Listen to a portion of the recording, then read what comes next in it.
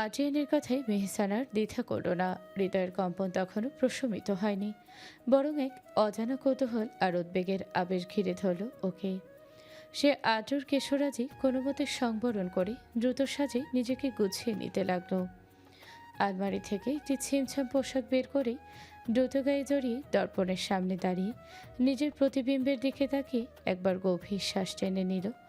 অতঃপর আর সময় ক্ষেপণ না করে ক্ষিপ্রপদে কক্ষ ত্যাগ করল। সিঁড়ি বেয়ে নিচে নামতেই মেহসানার দৃষ্টিগোচর হলো। আদ্রিয়ান ইতিমধ্যে নিজ গাড়িটির দরজা খুলে আগে থেকেই দণ্ডায়মান। মেহসানাকে দেখা মাত্রই তার চোখে মুখে স্বস্তি নামল।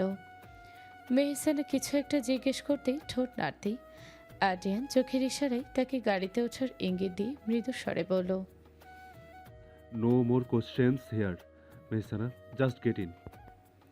মেহসানাও মুখ কুঁচকে গাড়িতে উঠল। আদ্রিয়ান গাড়ি স্টার্ট দিয়ে এগিয়ে চলল গন্তব্যের উদ্দেশ্যে। তবে গাড়ি চলতে শুরু করতেই মেহসানা আর নিজেকে সংবরণ করতে পারল না।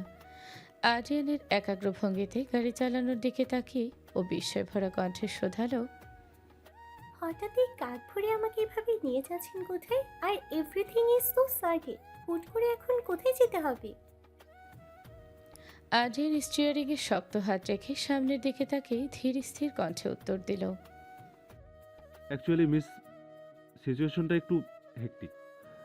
সাবরিনাকে আজ দেখতে আসছে, বাট দ্য প্রবলেম ইজ আম্মু বাসায় একদম একা। ইভেন আব্বুও বেশ সিক। তৃষারাও এই মোমেন্টে এখানে নেই। ও এক মুহূর্ত থেমে মেহসানার দিকে আর চোখে তাকিয়ে আবার বলল, জাহানারা আন্টি আর আম্মু দুজনেই সাজেস্ট করলো আপনাকে সাথে নিয়ে যাওয়ার জন্য। মেহমানরা আর কিছুক্ষণের মধ্যে চলে আসবে, so you need to hurry up. I hope you don't mind. Mehsana কিছুটা হকচকিয়ে গেল। পরিস্থিতির গুরুত্ব উপলব্ধি করে তার মনের সব দ্বিধা নিমিষেই উধাও হয়ে গেল। প্রাতকালীন সমীরণ ওর চুলে বিলি কেটে দিয়ে যাচ্ছে। জানালার বাহিরে দ্রুত বেগে ধাবমান শহরটির দিকে তাকিয়ে ও শান্ত গলায় বলল, আপনি আগে বললে আমি হয়তো আর একটু প্রিপারেশন নিয়ে আসতাম। Anyway, I understand. ফ্যামিলি ক্রাইসিসে আমাকে মনে করেছেন, দ্যাটস এনাফ। চলুন, আশা করি সব ঠিকঠাক সামলে নিতে পারবো। আদ্রিয়ানের অষ্টকোণে এক চিলতে স্বস্তির হাসি ফুটে উঠল। মেহসানার এই সহজভাবে মেনে নেওয়াটা তার ভেতরের দুশ্চিন্তা অনেকটা কমিয়ে দিয়েছে। দ্রুত বেগে গাড়িটি এগিয়ে চলল গন্তব্যের দিকে। Thanks miss sound box. আকস্মিক আদ্রিয়ানের এমন সম্বোধনে চোখ পাকিয়ে তাকালো মেহসানা। আবার? আদ্রিয়ান দুষ্টু হেসে বলল, এই সম্বোধনটা যাওয়ার নয় মিস। আপনি আপনি যতই ক্লোজ হন না কেন। বেলা বাড়ার সাথে সাথে আদ্রিয়ানদের বাড়িতে মেহমানদের আনাগোনা শুরু হয়েছে। ভেতরে চাপা গুঞ্জনি বলে দিচ্ছে কাঙ্ক্ষিত অতিথিরা এসে পৌঁছেছেন। ড্রয়িং রুমে প্রবীণদের আসর জমেছে। আদ্রিয়ানের আম্মু আর মেহমানদের মুরব্বীরা মিলে হাসি মুখে কুশল বিনিময় করছেন। মিষ্টি আর নিমকির রেকাবিগুলো এক হাত থেকে অন্য হাতে ঘুরছে। এলাচ দেওয়া চায়ের সুঘ্রাণে মম করছে সমগ্র ড্রয়িং রুম। ওদিকে অন্তরে সাবরিনাকে সাজানোর গুরুদায়িত্ব পড়েছে মেহসানার কাঁধে। সাবরিনা কিছুটা আড়ষ্ট হয়ে বসে আছে আয়নার সামনে। মেহসানা অতি নিপুণ হাতে ওর চুলে একটা জুঁই ফুলের গাজরা জড়িয়ে দিয়ে হেসে বলল, এত নার্ভাস হওয়ার কিছু নেই Sabrina. You look absolutely gorgeous. আর রাইট ভাইয়া তো তোমার নিজেরই পছন্দের মানুষ, তাই না? সাবরিনা লাজুক হেসে নিচের দিকে তাকিয়ে রইল। হঠাৎ আদ্রিয়ান দরজার আড়াল থেকে উকি দিয়ে বলল, আর ইউ রেডি গাইস? মেহমানরা কিন্তু ওয়েট করছে। মেহসানা ভ্রুকুচকে আদ্রিয়ানের দিকে তাকিয়ে বলল, একটু ধৈর্য ধরুন মিস্টার। সাবরিনাকে রেডি করতে টাইম তো লাগবে। Just give us 5 minutes. Adrian মুচকি হেসে প্রস্থান করলো। কিছুক্ষণ পর সাবরিনাকে নিয়ে ড্রয়িং রুমে প্রবেশ করলো মেহসানা। নিচু মস্তকে সাবরিনা গুরুজনদের সালাম দিয়ে তাদের সম্মতিক্রমে সোফায় বসল। রায়াদের দৃষ্টি তখন ওর ওপর নিবদ্ধ। রায়াদের মা রুম্পা বেগম। সাবরিনার থতনি ধরে মুখটা তুলে ধরে মৃদু হেসে বললেন,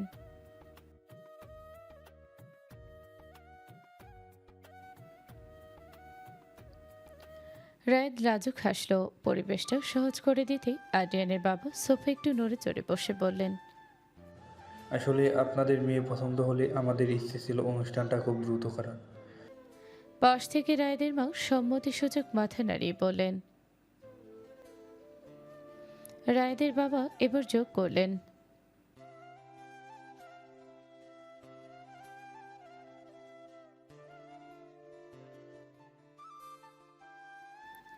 মেহসানা পাশ থেকে সাবরিনার হাতটা আলতো করে চেপে ধরল। সাবরিনার দৃষ্টিতে আনন্দ আবেগের মিশেল। আদ্রিয়ান এবার চায়ের কাপে শেষ চুমুক দিয়ে বলল। ডিসিশন ফাইনাল তাহলে? রুম্পা বেগম খুশিতে সাবরিনাকে একটি সোনার আংটি পরিয়ে দিয়ে বললেন। সাবরিনা এক ঝলক রায়দের দিকে তাকিয়ে পরক্ষণে দৃষ্টি সরালো। হাসি কান্না, আনন্দ আর অনাগত ভবিষ্যতে একরাশ পরিকল্পনা নিয়ে ড্রয়িং রুমে সে আসরটি একটি সার্থক পরিণতির দিকে এগিয়ে চলল। অস্তগামী সূর্যে ম্রিয়মান আভায় গ্রাম্যপত্রী মায়াবী রূপ ধারণ করেছে। দুপাশে সোদামাটির ঘ্রাণ আর ঝাড়পাশের সরসরে শব্দ। সন্ধ্যাকালীন এক নিস্তব্ধতা বিরাজমান।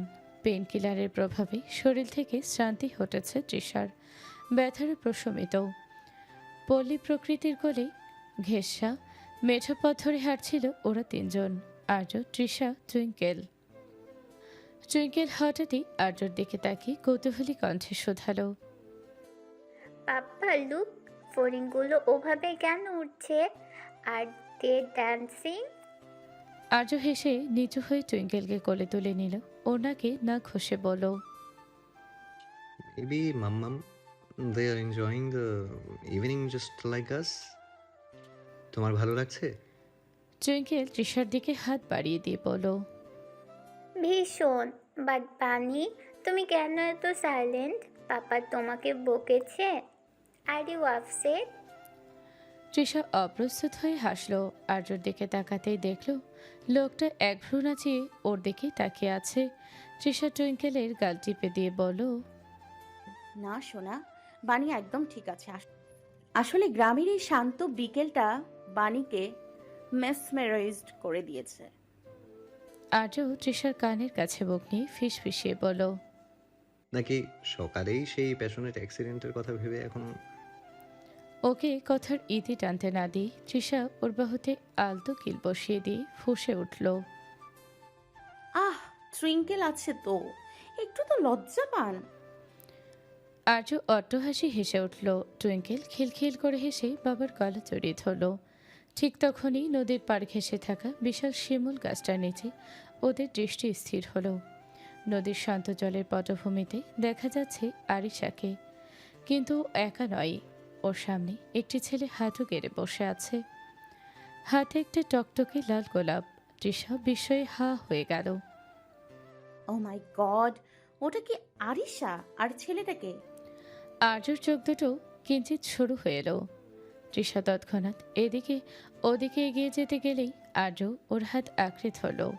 তৃষা অবাক হয়ে প্রশ্নোত্তক দৃষ্টি মিলতেই আর্য বলল। এখন ওখানে যেও না, জাস্ট লিভ দেম অ্যালোন। কিন্তু সব কিন্তুর উত্তর হয় না, তুমি বাসায় চলো, আমি বুঝিয়ে বলছি।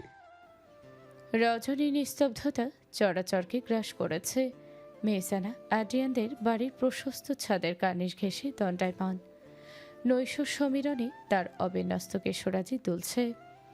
মাথার ওপর অনন্ত নক্ষত্রবিধি আর রূপলি চাঁদের স্নিগ্ধ জ্যোৎস্নার চরাচর যেন এক মায়াবী রূপরি চাদরে আবৃত। নৈশভোজের পর হামিদা বেগম কিছুতেই মেহসানাকে যেতে দেননি। অগত্যা এই বিজন রাতে আকাশের পানে যেই নির্জনতা উপভোগ করছিল সে।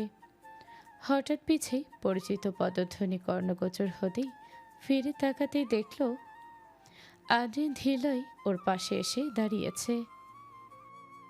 আপনি? আনইজি লাগছে? না।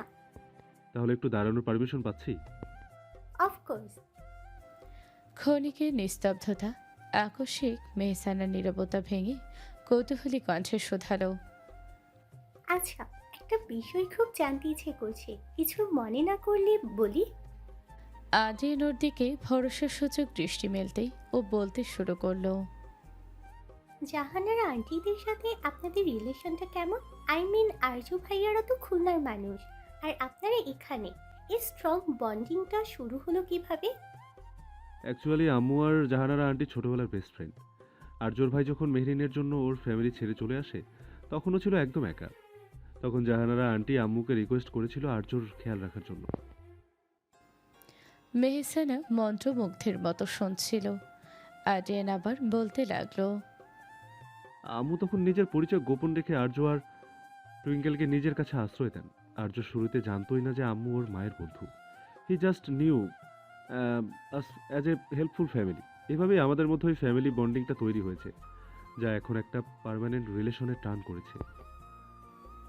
মেহসানা মুগ্ধ হয়ে বলল, ইটস সো হার্ট টাচিং। মানুষের বিপদে এইভাবে ছায়ার মতো পাশে থাকাটা সত্যিই rare. Now I understand why this bond is so special.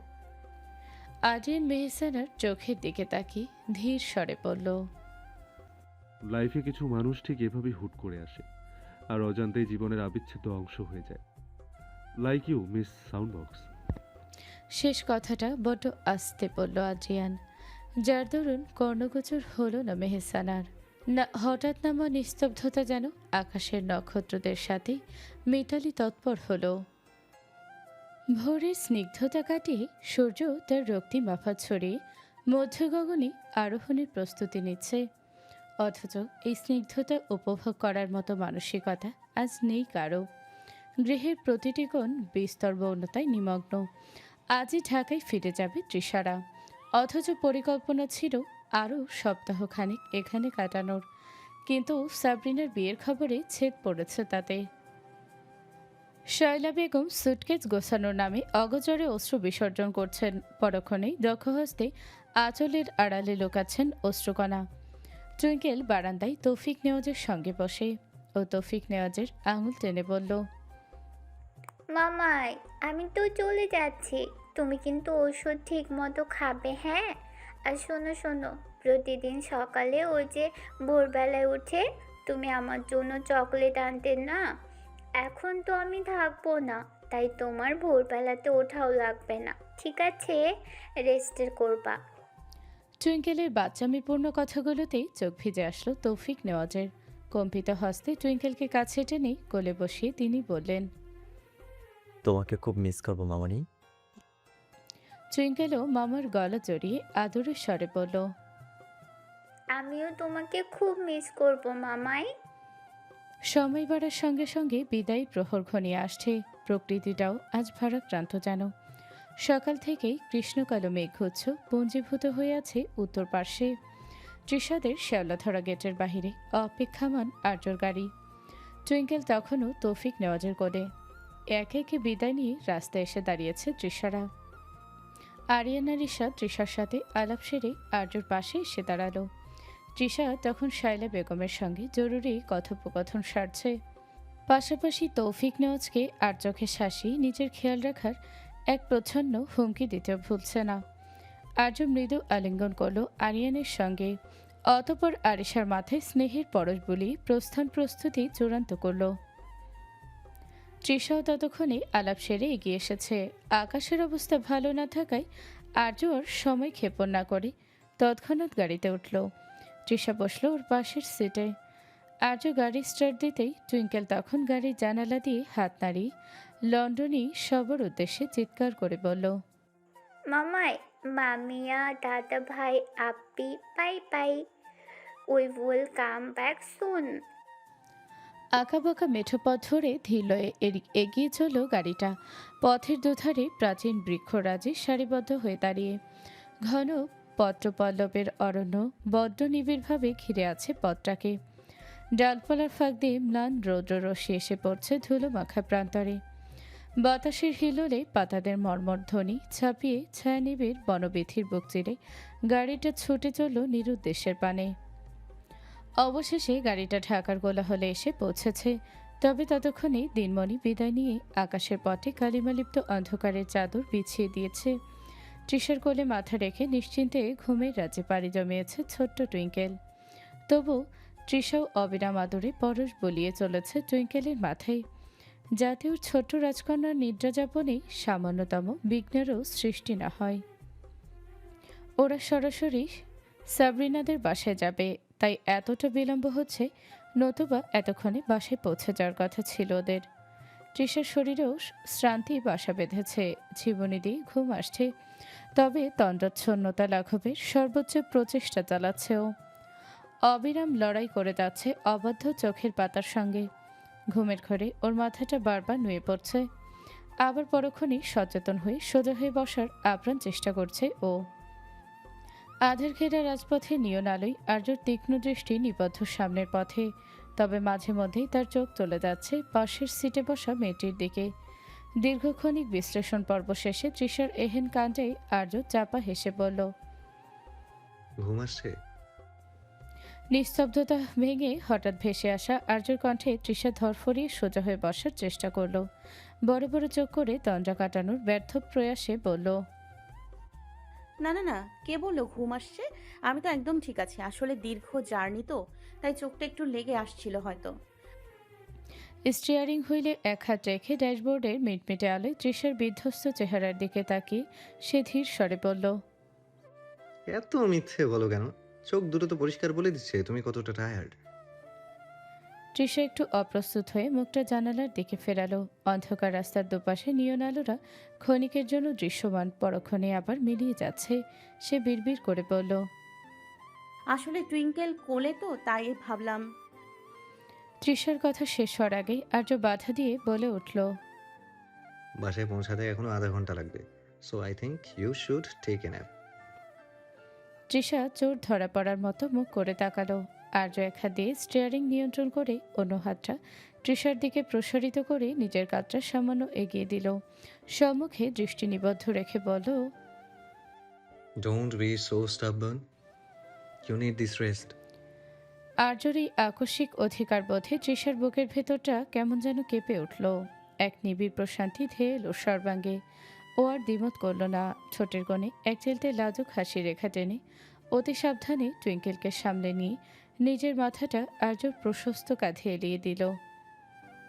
তৃষার চুলের মৃদু সুবাস আর্যর নসিকারন্ধ্রে এসে বিঁধল। কাঁধে তৃষার ভার অনুভব করতেই আর্যর মনে হলো এই মুহূর্তটুকু যেন অনন্তকালের জন্য থমকে যায়। ও অত্যন্ত সন্তর্পণে গাড়ির গতি আরও কমিয়ে দিল, যাতে সামান্যতম ঝাঁকুনিও তৃষার ঘুমের ব্যাঘাত না ঘটায়। আর্য এক পলক তৃষার প্রশান্ত মুখের দিকে তাকিয়ে মনে মনে বলল।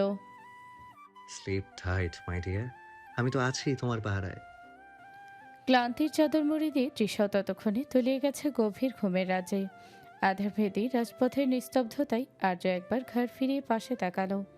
তার প্রশস্ত কাঁধে তৃষার ভারহীন নির্ভরতা আর কোলে নিষ্পাপ টুইঙ্কেলের নিশ্চল ঘুমের দৃশ্যে আর্যর অধরে এক চিলতে স্নিগ্ধ হাসি রেখা ফুটে উঠল। ও অত্যন্ত সচেতনই ঝুঁকে পড়ে প্রথমে তার ছোট্ট রাজকন্যার কপালে পিতৃস্নেহের এক ফালি পরশ বুলিয়ে দিল। পরক্ষণে তৃষা ললাটে অবাধ্য হয়ে লুটে পড়া কয়েক গাছি রেশমি চুলে তার আঙুলগুলো আলতো করে খেলা করে গেল। পরম মমতায় সেগুলো কানের পিছে গুজে দিয়ে সে নিজের ঠোঁট ছোয়ালো তৃষার কপালে। পরদিন প্রভাত এক ব্যস্তময় স্নিগ্ধতা নিয়ে হাজির হয়েছে। কাল রাতে পৌঁছাতে অনেকটা বিলম্ব হয়। তৃষারা এক প্রকার শ্রান্ত দেহ নিয়ে ঘুমের রাজ্যে তলিয়ে গিয়েছিল, কিন্তু আজ সকাল হতেই সেই নিঝুমপুরি যেন সহসা প্রাণোচ্ছল হয়ে উঠেছে। যদিও কথা ছিল অনুষ্ঠান হবে ছিমছাম, কিন্তু সম্ভ্রান্ত পরিবারের বড় মেয়ে বলে কথা, আর পাত্রপক্ষ তো যে সে নয়, তাই ছোটখাটো আয়োজনের তকমা থাকলেও তোড়জোড়ে তার লেশ মাত্র নেই। মেহমানদের উপস্থিতিতে ড্রয়িং রুমে টেকা তাই সাবরিনার মামাবাড়ি দাদাবাড়ির লোকসহ বাদ পড়েনি একটা আত্মীয়। যদিও আক্ত হওয়ার কথা শুক্রবার, তবে সপ্তাহের শুরু থেকে মেহমানদের আনাগোনা বড্ড ভারী। সেই ব্যস্ততার সামিল হয়েছে মেহসানাও। আডিয়ানের বাবা আফজাল হোসেনের কড়া নির্দেশ, বিয়ে শেষ না হওয়া অবধি এ বাড়ি থেকে একজন নড়তে পারবে না ও। এদিকে এই এলাহি কাণ্ড আর উৎসবের আমেজে সবচেয়ে বেশি বেগ পেতে হচ্ছে তৃষাকে। একে তো কাজের অন্ত নেই, তার উপর ছোট্ট টুইঙ্কেল আজ নাছর বান্দা। খাওয়ার নামগন্ধ নেই তার মুখে, বরং লোক লস্কর দেখে সে যেন দ্বিগুণ উৎসাহে ডানপিটে হয়ে উঠেছে। তৃষা এক বাটি খাবার হাতে নিয়ে বাড়ির এ মাথা ও মাথা হন্যে হয়ে ছুটছে। টুইঙ্কেল মামনি, লক্ষ্মী সোনা আমার, আর একটা লোকমা খেয়ে নাও। দেখো কত লোকজন, বানি একটু পরেই সব ব্যস্ত হয়ে পড়বে। তখন তোমাকে কে খাওয়াবে বলো তো? টুইঙ্কেল তখন খুশিতে আত্মহারা। সে তৃষার কথা গায়েই মাখছে না, বরং খিলখিল করে হাসতে হাসতে ড্রয়িং রুমের সোফার চারপাশ দিয়ে গোল হয়ে দৌড়াচ্ছে। তৃষাকে দেখলেই সে ভেঙিয়ে বলছে, নো বানি, আই এম বিজি নাও। দেখো কত আঙ্কেল আন্টি, আমি এখন খাবো না। বলতে বলতেই সে আবার একদৌড়ে সিঁড়ির দিকে ছুটল। তৃষাও নাছরবান্দা, সেও পেছনে পেছনে ছুটছে। কিন্তু সিঁড়ির গোড়ায় আসতেই ঘটল বিপত্তি। তাড়াহুড়ো করে টুইঙ্কেলকে ধরতে গিয়ে তৃষার পায়ের জুতোটা কার্পেটে আটকে গেল। ভারসাম্য হারিয়ে ও সামনের দিকে ঝুঁকে পড়তে যেতেই ভয়ে চোখ বুজে ফেলল। কিন্তু প্রত্যাশিত আঘাতের বদলে সে অনুভব করল একজোড়া শক্ত ও বলিষ্ঠ হাতের বেষ্টনী। পতনের ঠিক আগ মুহূর্তে আর্য তাকে প্রায় পাজাকোলা করে ধরে ফেলেছে। ও এতক্ষণ ফোনের ওপাশে কারোর সাথে গুরুত্বপূর্ণ আলাপ করছিল, কিন্তু তৃষার এই টালমাটাল অবস্থা দেখে ফোনটা কানে রেখে ক্ষিপ্র গতিতে এগিয়ে এসেছে। তৃষা কাঁপা কাঁপা চোখে তাকিয়ে দেখল আর্য তীক্ষ্ণ শীতল চোখ দুটো সরাসরি ওর দিকে নিবদ্ধ। আর্য ফোনটা পকেটে রেখে তৃষাকে সোজা করে দাঁড় করিয়ে দিল। হাত না সরিয়ে ভ্রুকুচকে গম্ভীর স্বরে শুধালো, আর ইউ ক্রেজি? সিঁড়ির সামনে এভাবে কেউ দাঁড়ায়? Just hope if you had fallen. Trisha তখনও হাঁপাচ্ছে। নিজেকে একটু সামলে নিয়ে বাটিটা দেখে অসহায় স্বরে বলল, দেখুন না টুইঙ্কেলকে, সকাল থেকে কিচ্ছু মুখে দিচ্ছে না, শুধু সারা বাড়ি টম অ্যান্ড জেরি খেলে বেড়াচ্ছে। আর্য এবার টুইঙ্কেলের দিকে তাকালো। বাবার গম্ভীর চেহারা দেখে টুইঙ্কেল থমকে দাঁড়িয়ে পড়েছে। আর্যর চোখের ইশারায় সে গুটি গুটি পায়ে এগিয়ে এলো। আর্য নিচু হয়ে টুইঙ্কেলকে কোলে তুলে নিল। ওর নাকে আলতো টোকা দিয়ে বলল, so princess is giving her বানি এ হার্ড টাইম, হ্যাঁ? টুইঙ্কেল মাথা নিচু করে কাচু মাচু মুখে বলল, পাপা, আই ওয়াজ জাস্ট প্লেইং। আর্য তৃষার হাত থেকে বাটিটা নিজের হাতে নিল। তারপর তৃষার দিকে এক পলক তাকিয়ে মৃদু হেসে বলল, গো অ্যান্ড ফ্রেশন আপ। তোমাকে অনেক টায়ার্ড দেখাচ্ছে। I will handle this little fairy. তুমি না খেলে তোমার পাপাও কিন্তু আজ খাবে না। ডান? টুইঙ্কেল অমনি হা করে মুখ বাড়িয়ে দিল। আর্যর এমন হঠাৎ শান্ত কর্তৃত্বপূর্ণ আচরণে তৃষা অপলক চেয়ে রইল। বাবা মেয়ের খুনসুটি যেন এক চিলতে শান্তির প্রলেপ বুনলিয়ে দিচ্ছে ওর ক্লান্ত হৃদয়ে। আর্য এক লোকমা খাইয়ে দিয়ে তৃষার এমন দৃষ্টিতে ভ্রু উচালো। কি দেখছো এভাবে? প্রেমে পড়ে গেলে নাকি আবার? তৃষা অপ্রস্তুত হয়ে দ্রুত মুখ ঘুরিয়ে নিল। সদ্য ফোটা কৃষ্ণচূড়ার রক্তিমাভা ছড়িয়ে পড়ল ওর শ্বেত শুভ্র মুখশ্রীতে। কোনো কথা না বলে দ্রুত পায়ে কিচেনের দিকে পা বাড়ালো। এদিকে ওর এমন কাণ্ডে পিছে মৃদু হাসল আর্য।